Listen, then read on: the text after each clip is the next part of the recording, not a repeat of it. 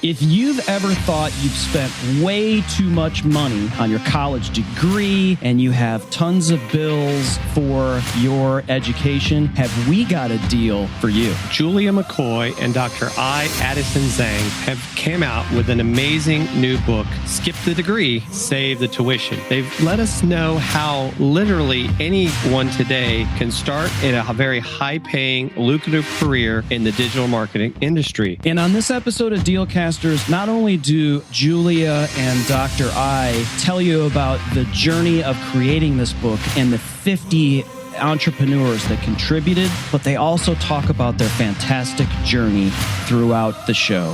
So we hope you enjoy it. So ladies, first of all, it is Women's History Month. Yesterday was International Women's Day. Thank you so much for joining us today. Couldn't be happier than to have two amazing women that are setting great examples. I know for my daughters of what you can do with your life if you put your mind to it. Thank you so much. Such a great introduction, Jim and Chris. We love you guys. We love being on your show. First of all, this is the first time we're live on Amazon, right, Dr. I? And you're a live. Yeah, the same here. I'm like so excited. This just came out. Jim's right. This just launched February 10th of this year. So, and it's been a number one new release for about 3 weeks, which actually has never happened. This is my fourth book, my first one with a co-author, Dr. I, who is amazing to partner up with and write this book. So my story is really crazy, just as Jim was kind of hinting at there with a good cliffhanger. I grew up in Pennsylvania in a fundamentalist cult. And if you guys have ever watched The Handmaid's Tale, that is the cult that I grew up in. I grew up in that same religious system. So I escaped in the middle of the night at 21 years old. It was literally me packing up my car and saying, I have to get out of here to survive and create a life that I'm going to enjoy living. So at 21, I was doing things like watching Netflix for the first time. All the normal things most people do, I was experiencing for the first time. And I had this drive in me that I just kind of picked up and followed, and it was my passion. And that all stemmed from writing and words, because words were my alternate reality when I grew up. There was a lot of trauma, as you can imagine. If you're familiar with The Handmaid's Tale, there was a lot of trauma inside of a cult. And my alternate reality was through words and stories. I would create stories, I would read stories, and that was how I lived. So incidentally, and this is true for a lot of authors that are very well known today, like J.K. Rowling, Tony Robbins, they had trauma early on, and that pushed them towards their passions sooner than other people. So I wouldn't say that's a benefit. You don't want to grow up with trauma, but that's what happened. I found my passion for writing very early on, and I just flung myself in, and I was like, what have I got to lose? Literally nothing, because I have nothing else. So I Google searched when I was 19, how to make money writing online. And within 3 months after doing that Google search, I built Express Writers. And I was like, let me see if this can last. Let me just try it. And today, 10 years later, we're about to hit our 40,000th project, and we have almost 100 people on staff. I still get goosebumps saying that, but that is like that's why we wrote this book, Skip the Degree, Save the Tuition, because what Dr. I and I both believe is that you can create something mega successful without a degree, without all those accreditations, without that piece of paper. If you're following your passion, you can create something beautiful out of literally nothing stemming from your passion. And that's why I had to write this book as I crossed year 10. I was like, we now hire so many people, and we see a repeated pattern of degrees just not matching up to the real world. And I wasn't going to write this book because it was quite the undertaking. I wasn't going to write it till maybe 2022. And then I realized we couldn't hire people. It was getting really bad, and people were relying on their degrees. And the harsh reality was, if you go through college, you get a degree, you don't know how to write online content. You just don't. In fact, you have to unlearn that AP English style. So I was like, we have to do something about this. And those types of things keep me up at night. So that's why we wrote the book. And my story about escaping the cult, I wrote a book called Woman Rising, if that's something you're watching and you want more on that whole story, which is really crazy. And we won't live there today. This is about the new book we just launched. So you mentioned that in universities, you don't learn how to write online content. Can you elaborate on that? Like kind of unwrap that and just exactly what does that mean for someone who's thinking about writing and wants to write online content and is thinking about getting a degree? And what exactly does it mean that you don't really learn how to write online content? Yes. Great question. Well, there's several ways we could answer this. I'll share a couple points. Elon Musk has said recently, he's actually talked about online writing. It's funny. He's talked about the degree, that you don't need it. And now he's talking about writing. And he's saying, compare it like this, a 5-page essay is actually going to turn an online reader off because you have to catch their attention in 3 seconds. Like that is the time span now. So what we were taught in AP English is the opposite of what an online reader actually is looking for. They're not, you're going to get an A for a long drawn out paper. And that is just not the real world of online content. It couldn't be more further from reality because you need to learn how to write brief, catchy, engaging content to pull in that reader and then make sales happen, make engagement happen.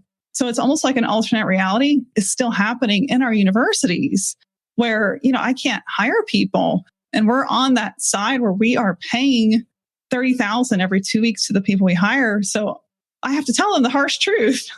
And it's not easy, but that is the world that we're in this digital space.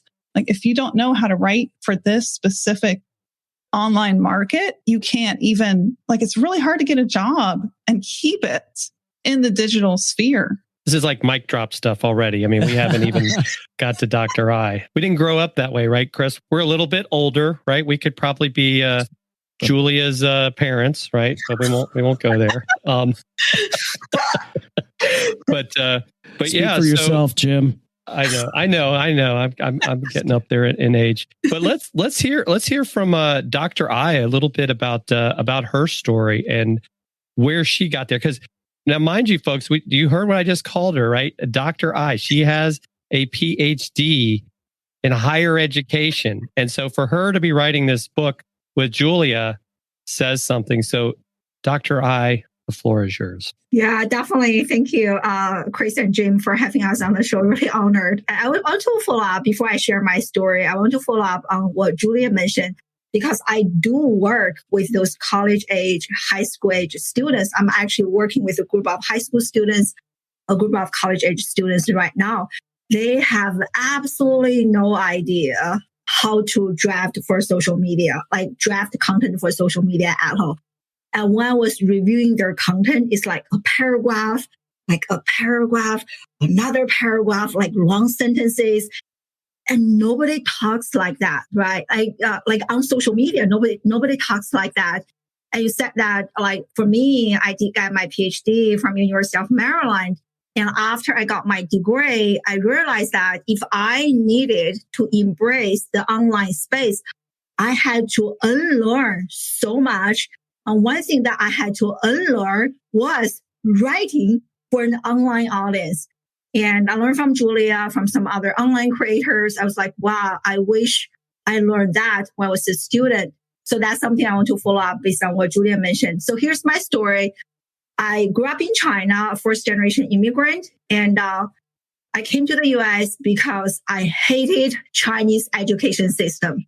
It was only about regurgitating, memorization, public humiliation, like very intense pressure to compete.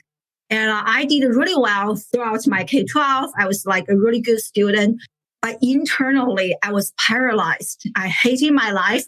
I hated my parents. I hated my friends. I hated my school.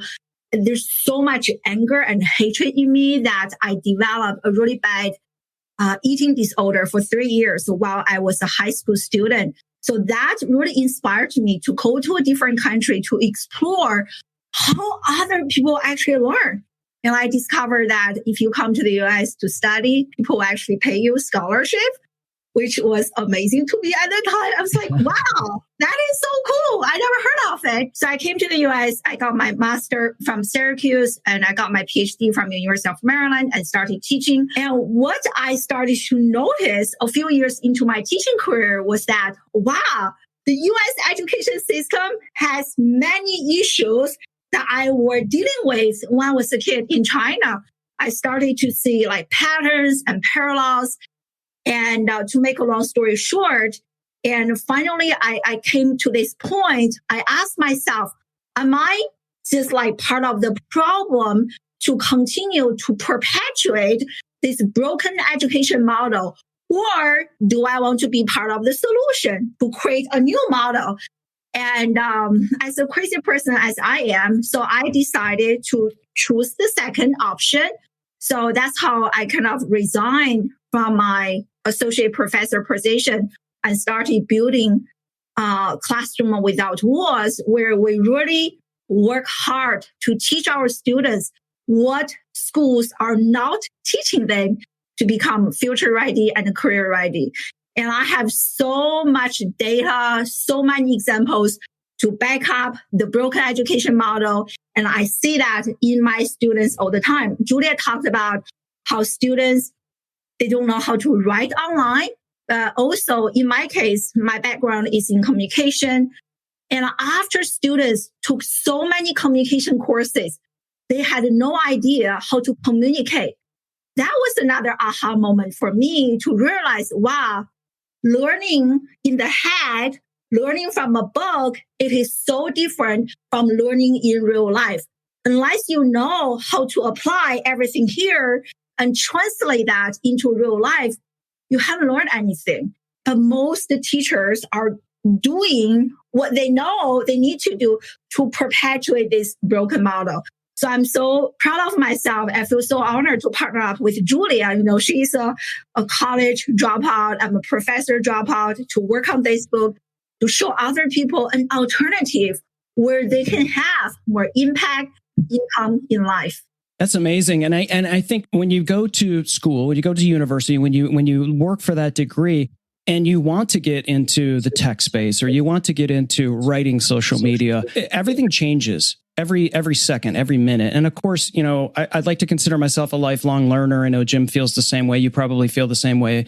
And if you're wanting to learn stuff about tech, wanting to learn stuff about social media, you have to, every day, there's something new to learn. And so getting a degree is only just sort of like a stop in the road necessarily. You have to continue to learn. So how do you work with someone to help them unlearn that whole concept, and that they need to get these accreditations in order to get those types of jobs? Julia or Dr. I, I'd love to hear your thoughts on that. Yeah, I can share some quick examples and I'll let Julia talk. I mean, just like what I learned, what I noticed, that the younger the kid, the easier it is to unlearn, to rewire their brain.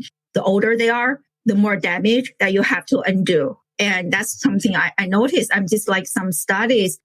This one study was conducted by NASA. So they wanted to study creativity. So what they discovered is that they asked kids, you know, how many ways can you think of using a paperclip? So for the 4 years old, 5 years old age group, they generated hundreds of ideas. So they scored 98% in terms of creativity. So they're like genius level. 5 years later, they asked the same group of people, and the number dropped from 98% to 50%. It's like half. And another 5 years later, as they become older, you know, professionals working, graduate from college, the number dropped to 2%. So what happened between 98% to 2% is because they become more educated, which is pretty sad. Think about how much time, how much money that we invest in the kid. And then now you're telling them this is actually hurting you as opposed to really help you. So the older you are, at least based on my observation, the longer it takes to unlearn that process. Yeah, I totally agree with all of that. And, you know, it's interesting. And this is one reason I love that I was able to pair up with Dr. I on this project is I have this perspective of hiring and firing for 10 years. You know, we've had to tell people the brutal truth, whether they liked it or we liked it, because it was a paying client that was either going to stay or leave.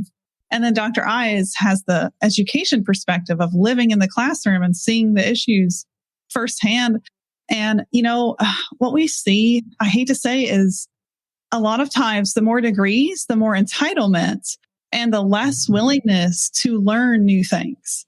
And we actually have people that tell us they've attached their diploma as a PDF and they're like, well, I have this master's degree, so I don't need to take your, you know, and we've built like free training inside of our writing team. We've made it so accessible. Like that was one of our goals. We're like 3 years ago where we decided to start assigning our senior editor to new writers, like everything we could possibly do to help these people really get a chance once they were in our team to stay in our team, because we have some highly paid writers. And what we saw is people with more degrees were so unwilling to learn. And it was just like the entitlement thing attached to that piece of paper that to us meant absolutely nothing, because that piece of paper didn't mean skills. All we want to see, and that is literally our interview process. How well can you write? Show us, write something. And if people try to stop me, and they're like, well, I have all these degrees, I don't need to do that. Like, yes, you do. We can't hire you other than seeing your actual skills. So that's the harsh truth being in the employment world, where we're hiring people based on their skills. And the good news, the good side of all of that is, you know, especially I think for parents that hear this and see Dr. I and I that are out here trying to make a difference, you know, busting our fingers off to launch this book earlier than we planned on, is, you know, if you give this book to a kid that is thinking about digital skills, not necessarily, you can't be a heart surgeon and read this book. Like, sorry, you have to get that degree. But if you're thinking about being a social media manager, being a content marketing specialist, a content strategist, a freelance writer, that list goes on and on and on. And in fact, we have over 50 things you can do in the book. I think it's in chapter 3, 50 different positions you can do without a degree, just learning a skill. So the good thing is that, you know, we now have this book available and it is a tool. Like, everyone watching, use it, share it, because inside, like, we have given the keys to the castle on how to build a skill set that will make you money. So this is your 4th book, right, Julia? Yeah. Am I right? Okay. But this one's different. You have like when I got to the point where I saw the amount of contributors for this book, I was absolutely floored, not only by the quantity, but the quality. Can you talk a little bit and kind of let people know just, you know, the contributions of and the names of some of these? Please name drop galore, because it's going to be very easy to do. I'd love to hear about how you got so many great people to be able to be a part of this. Yes. So we saw that this started to become, I think, Dr. I, you put it best. What is the phrase you use? A movement? Yes, we really see this as a movement. Yeah. Yes. So we saw that begin to happen as we started. We built this website, savethettuition.com. It ranks #1 for the keywords, skip the degree, and all of that, you know, super nerdy content stuff that I just love. But whenever we started building all of these content pieces around the book and we started talking about it and we started asking for stories, we got more than we could handle. We actually had to restructure how we were going to publish the stories. And now they all live on the website, savethettuition.com. And we have a short summary of each story in the book. But entrepreneurs began to see this, and some pretty big names were cheering us on. Seth Godin was one of those people. And I have Dr. I to thank for that, because she invited him on her show, and that's how he learned about us. And he thanked us for our leadership and our contribution to society. And I was like, okay, my career's done. Sign off now. Just Seth Godin thanked us. And we had Neil Patel contribute something. And he was like, you know, the biggest waste of time, I think he said, was college. I remember this. He said that the biggest regret in my life is going to college. It's so fascinating to see that how so many of those very successful like gurus, like experts, they all share a very similar perspective on education, right? I see if we told them to say this, but almost all of those people are like, either I didn't go to college or my college education, my formal education didn't really help me. I remember Josiah's story, Julia, right? When I interviewed him, he said that I'm really thankful for my lack of education. He has only an 8th grade education. And he's a multimillionaire. That's Josiah Town. He's like a small town hero. He's never been really published before. So we got some incredible stories in this book where it was just like, once we put the word out to our networks and we said, we're looking for self-started experts who have a perspective on the fact that you can save the tuition, you can skip college and still be an incredible success, if not be more successful than the people with the doctorates. People were all in on that mission. One of the things too that you bring up, right? And I even think to the past, I think of Bill Gates and Steve Jobs and Michael Dell. None of them finished college. Yes. And they've done okay, I think we'd all say they've done okay. But it's just that whole thing of like our society, it seems like, and I don't know if I would say it's even now more so, has put this, like you said, like, I got a master's degree when I was in the military. The government has started to require certain degrees for people to get, promoted to other things. But really, it comes down to your skill. And it doesn't always equate. And, I used to be told that the reason what the degree supposedly showed, and so it's fascinating what you said earlier about these people saying, I don't need to do that, was that you were teachable by being able to get a degree. But when you went to whatever company you worked for, and Chris, I don't know if this is what you faced when you were with Sony, is they were going to train you the way they wanted you to work. And so that used to be the argument for why you needed the degree. But, I think all of us here, we taught ourselves how to live stream, how to use social media. We didn't go to school for it. And so I think, like even my daughter, even though she's working on a bachelor's degree and will be done with it soon, she's learning coding on the side because that's what she wants to do is code. And that's not a degree program. Totally. I mean, nowadays, there are so many alternative ways for people to learn that are cheaper and more effective. I think the biggest difference is that you are actually learning from people who are practicing this on a daily basis. Like one of my biggest aha moment as a college professor was realizing that I was only teaching my students theories. I wanted to teach them the practical aspect of things, but I didn't have any. And there are many, many, many professors like myself. And in fact, every time when I made an argument about the broken education model, I got bullied, I got hated all the time.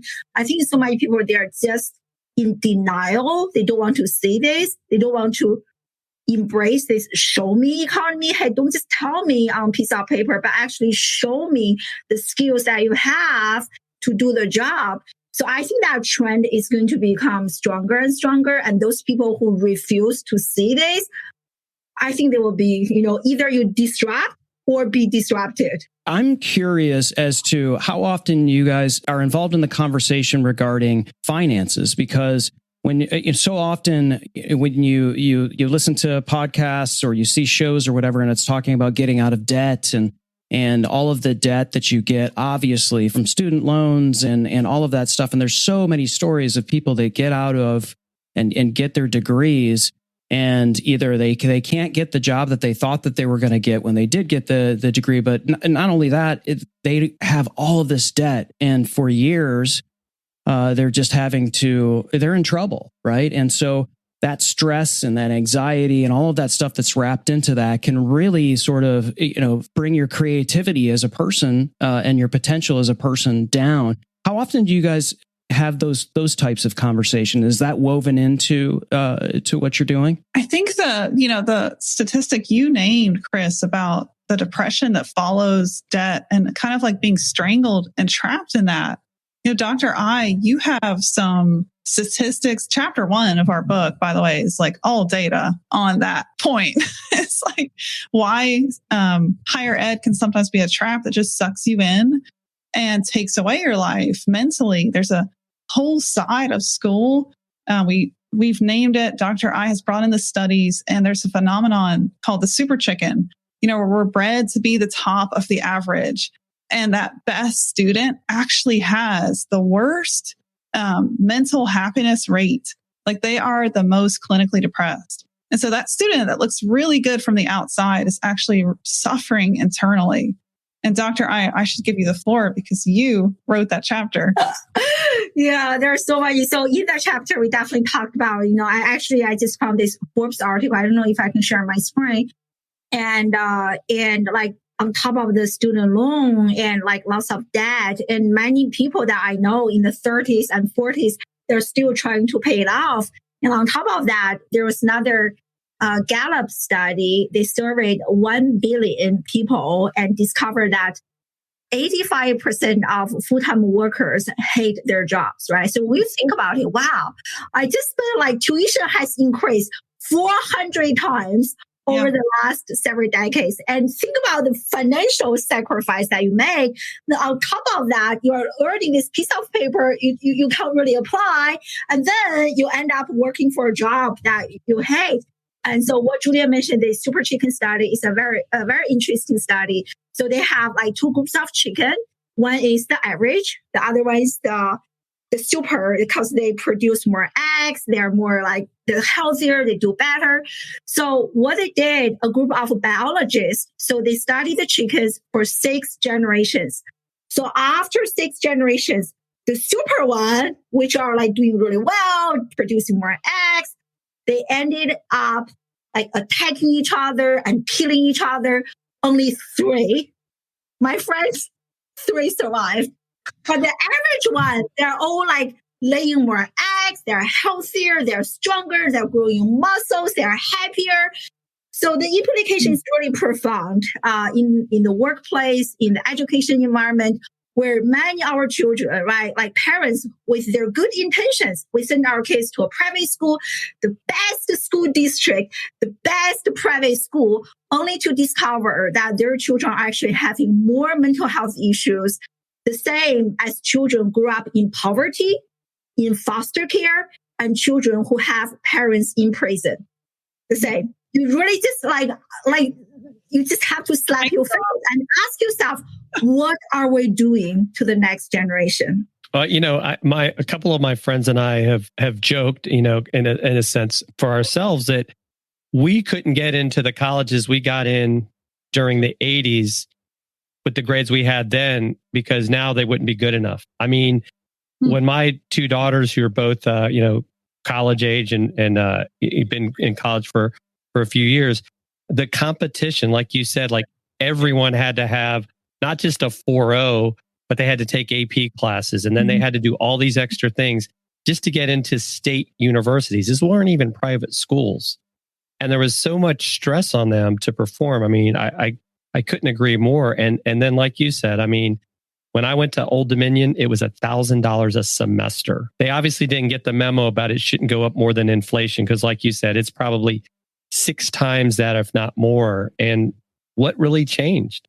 It wasn't like we got these better, brighter, professors. They're the same professors, probably some that were teaching when I was there. And so I also saw, I think you might have posted this on LinkedIn, is the whole structure itself, the higher education system itself is in a lot of trouble because they've created this like machine where all this money is being pumped in, but now people are waking up because of things like what you and Julia are doing. I mean, what are your thoughts on that? So there was an education futurist, and he is actually from Harvard University. Like 2 years ago, this was before COVID, and he made a big prediction, which is 50% of American colleges and universities are going to go bankrupt in the next 10 years.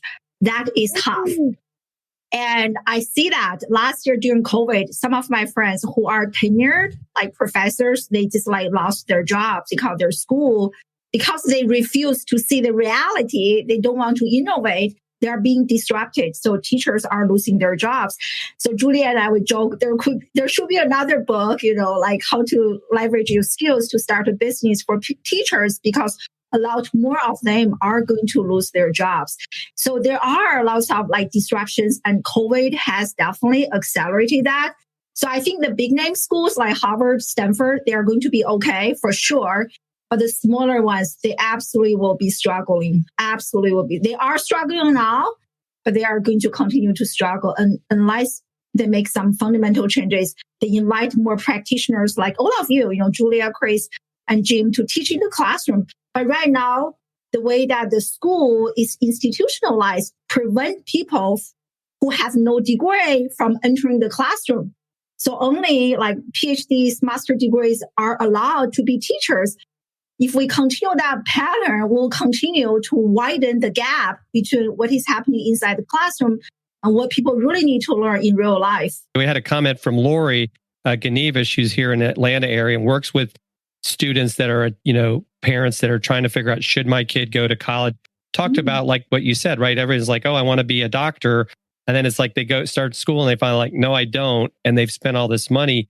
But even right now with people going to school virtually, they're not getting a break on the tuition. The schools are still charging the full bill. Jim, they're charging more. Wow. Makes no sense.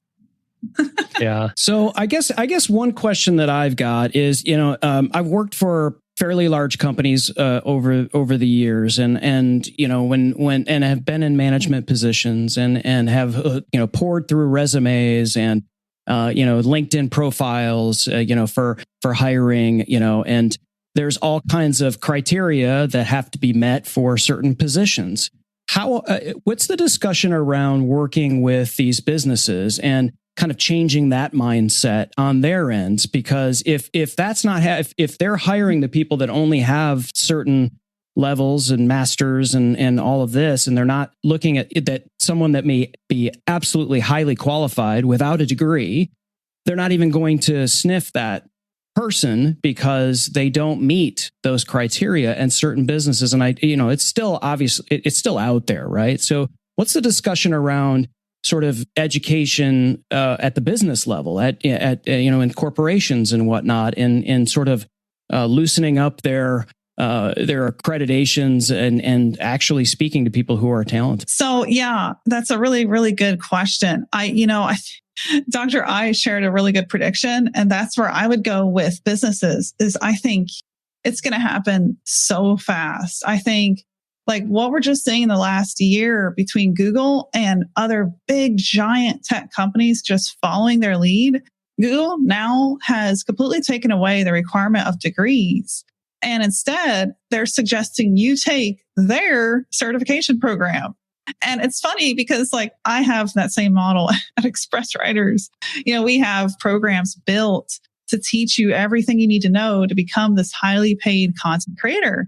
And if we have someone who's just completely at a loss, their degree did not prepare them for this world of content marketing, we tell them go take that certification program and come back. And 100% of the time, when someone does that, we can hire them. It's crazy. So, the same model, like that model is brilliant. Google has adopted and other big tech companies are following their lead. And I really think it'll only be a matter of time before that degree becomes more and more completely unimportant. And now we have people like, he used to be the world's richest man. I don't think he is anymore because he invested in crypto, which wasn't smart. Like a third of his stock. But Elon Musk, he is a huge proponent of this. He says, you don't even need a GED to work at Tesla. So he has put that out there. And so big, giant influencers like that, I think businesses are going to start following that lead. The more and more this is being said. And now, like, that's why, again, we launched a book, not to plug it too much, but this book is the tool that you need to literally teach yourself a skill from A to Z. That's the subtitle, How to Teach Yourself a Digital Skill Set. And I think more and more, the more this book is picked up, the more certification programs, which if you think about it, like $1,000 course versus a $40,000 marketing degree that may already be outdated before you even take it. Like it's a no-brainer when you see it from the finances perspective. And I really think, Chris, it'll be a matter of time before businesses go, I think we need to start prioritizing skills. Yeah, because there's good people that are getting hired by other companies that have open eyes like that Google's doing. And those, Google they're getting better because of it. And so their competition or other companies are going, that person didn't even have, XYZ degree or accreditations. Didn't matter. Yes. So I think some losses on their end might open some eyes and loosen up some things. Very true. But yeah, so in the book, I think when you talked about there's 50 things that you put in that book that it's almost is it like a step-by-step sort of almost course, if you will, inside of the book for someone to be able to get on their way? Yes. So after Dr. I's chapter on the data, which is so mind-blowing and eye-opening, the next few chapters are a 4-step pathway. And you referenced the 50. That's how many positions we have, job positions that are current, like right now, that you can jump into once you build the skill set and prove it. So it's amazing, the opportunities. I think like that's what we want you to take away. Don't be depressed. Don't walk away from this feeling, oh, I have this degree and it's worthless. No, realize like there's so much opportunity and all you need is maybe a few weeks to learn a skill and you can be off to a 6-figure year. Like that is actually possible in 2021. So this 4-step pathway, I created it over the last, 10 years. And I've been teaching it internally and we just put it in the book. Like there's no gate. You don't have to buy something or enter a, lead magnet to get it first. So in the book, it's 4 L's. Find out what you love doing, learn everything you can about it, labor, like just get your hands dirty, start to work in it, and then level up, charge more and increase what you do, get known more. So that's what we teach in this book. And it's really simple. It's like, it couldn't be more simple, but yet it's proven it will work.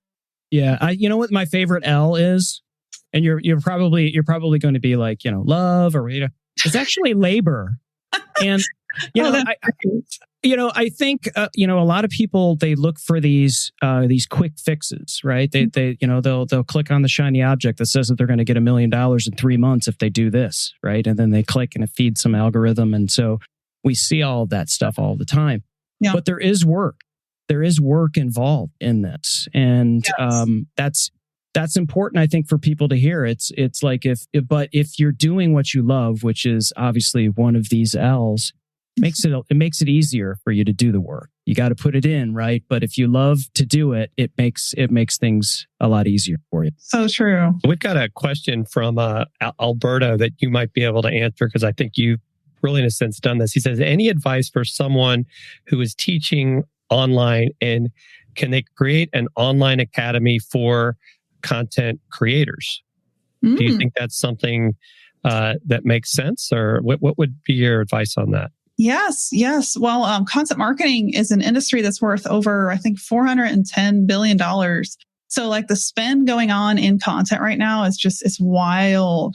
And what's happening in hiring is that a lot of the outside skill sets like advertising, knowing how to set up a Facebook ad campaign, all of that is transitionary. But the thing that never goes away is learning how to write content that works for all of those platforms. So like, I would say we need more teachers, but just my word of advice would be sure to be a practitioner first. And if you do, like if you have proven experience, I've been able to, rank in the top 3 of Google with my SEO writing skills or something that proves, or a successful ad campaign, something that proves what you're teaching, that's where to come from, because then you'll be taken seriously. Because just as Chris was saying, there's a million fly-by-night coaches. I hate to say the coaching industry is so oversaturated and there's not many proven coaches. A lot of them are just trying to make money. So if you're, really examine where you're coming from and make it about the greater goal, be a practitioner first, have making money a secondary goal to your purpose, and you'll actually make more money. And Maya Angelou said that, not me. Yeah, Julia gives such a great answer. And I so agree, be a practitioner first. I mean, even though my degree was in communication PR and I learned so much about social media from all the books, but the day when I started my own business, I was like, holy cow, I had no idea how to apply anything I learned. So it is really through practicing that I actually started to understand what I was learning from the books. So I love that. I think all the teachers should follow this. Be a practitioner first. be a teacher second. So I really, really love that. I also want to add another point when Julia was talking about Google. And actually, besides Google, there are 20 plus companies no longer require a college degree. And like IBM, Apple, like there are just so many, the numbers are just like increasing. So yeah. What would your advice be to those that are, I guess, kind of struggling? Like, what do I do next? Is it too late? Like, and I know like my friend Lori here deals with folks that are in those shoes. And then tell us a little bit about like how people can follow you and get involved with what you're doing with the Classroom Without Walls. First, check out our book. I think we haven't plugged enough. And second, really is, I think stop believing that college is the only path to career and life success. And so many people are so fixated on that idea. Every time when I made a post on LinkedIn, I always got those people who got so mad about it when I say that college is no longer the golden ticket to career and life success. There are so many alternatives, but people refuse, especially parents. I think lots of people involved, they refuse to see alternatives. So my biggest recommendation to parents and even young children like high schoolers watching this right now is to really re-examine this common belief that after high school, you have to go to college, and college is the only way to make it in life. And that is totally wrong. So start from there. Once you start to cultivate a more open mindset, you will start to see different alternatives. And people are actually doing better as a result of the different paths that they have taken. So for people to connect with me, I'm really active on LinkedIn, and they can check me out on my website, classroomwithoutwalls.ai, and or join my live streaming shows. I'm actually interviewing quite a few people we featured in the book on my live streaming show. So Wednesday focuses on social media marketing and business. Friday focuses on education. Yes. So you can learn more about me at contenthacker.com. That's where I teach, I blog, everything I know about content marketing. I teach it to others. I want to pass that on because that skill set is, number one, so lucrative, and number two, so needed in this world. We're in a surplus of content and a lack of good content creators. And then I sell writing as a service at expresswriters.com, where we're so blessed to be able to provide almost 100 jobs. One of my favorite things to do is hiring and working with super talented writers. So contenthacker.com, expresswriters.com, and you can follow me at Twitter, Julia E. McCoy, and YouTube, Julia McCoy. I'm YouTubing a little bit more this year. So there'll be some fun stuff there. And then Instagram at Femme Entrepreneur. And, those are the three platforms I try to stick to. I know there's so many FOMO, but JOMO is the acronym I love, which is joy of missing out. So the book is, and listen, everyone who has hung out for as long as they have, and we've had the value that you guys have brought. If someone's coming to Amazon and they're here to buy, right? They're here and they're looking for value. I can't think of a bigger value on this platform than the tens and hundreds of thousands of dollars you would spend for tuition, for a degree that you may not need.